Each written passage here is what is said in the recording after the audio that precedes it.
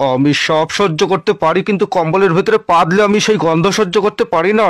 আর তোমার পাদের খুবই দুর্গন্ধ হয়। আমার পা এসেছিল তাই বেঁধেছি, তার জন্য তুমি আমাকে দোষ দিচ্ছ কেন? তোমার দোষ এটাই যে তুমি তোমার পায়খানা চেপে পেট ফুলে থাকলেও শীতের ভয়ে পায়খানা করো না, আর গ্যাসগুলো কম্বলের মধ্যেই ছাড়ো।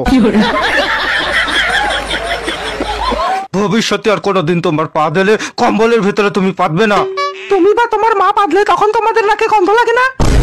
তোমার মা তো সারাদিন ভরম ভরম করে পাদ মারে, একদিন তো তোমার মা পাততে পাততে হেগেই ফেলেছিল। কাজল চুপ করো, মা শুনতে পাবে।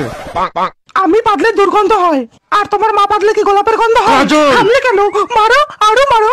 তোমার মা সারা বাড়ি বেঁধে বেড়ায়, তখন কোনো দোষ নেই, আর আমি পাদলেই যত দোষ হয়ে যায়। মন খুলে যে পাতবো তারও কোনো স্বাধীনতা নেই, শান্তি করে একটু পাততেও পারি না।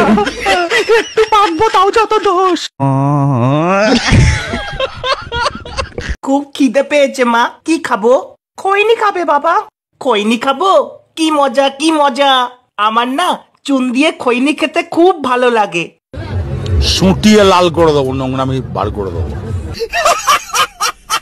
মা একটু খৈনি দাও না, চুনটা মাখিয়ে দি।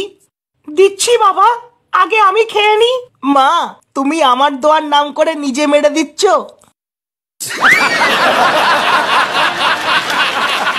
আমি পায়খানায় গিয়ে এতবার বলছি একটা বিড়ি দিয়ে যা, আমার ক্লিয়ার হচ্ছে না, আর এখানে মা ছেলে বসে বসে খৈনি খাওয়া হচ্ছে। ও বাবা 100 টাকা দাও না। তুই বাংলা খাস? কি ভুলভাল বলছো, ওইসব বাংলা টাংলা আমি চিনি না। তুই খাস কি না সেটা জানার জন্য তোর ইউরিন টেস্ট করিয়েছি।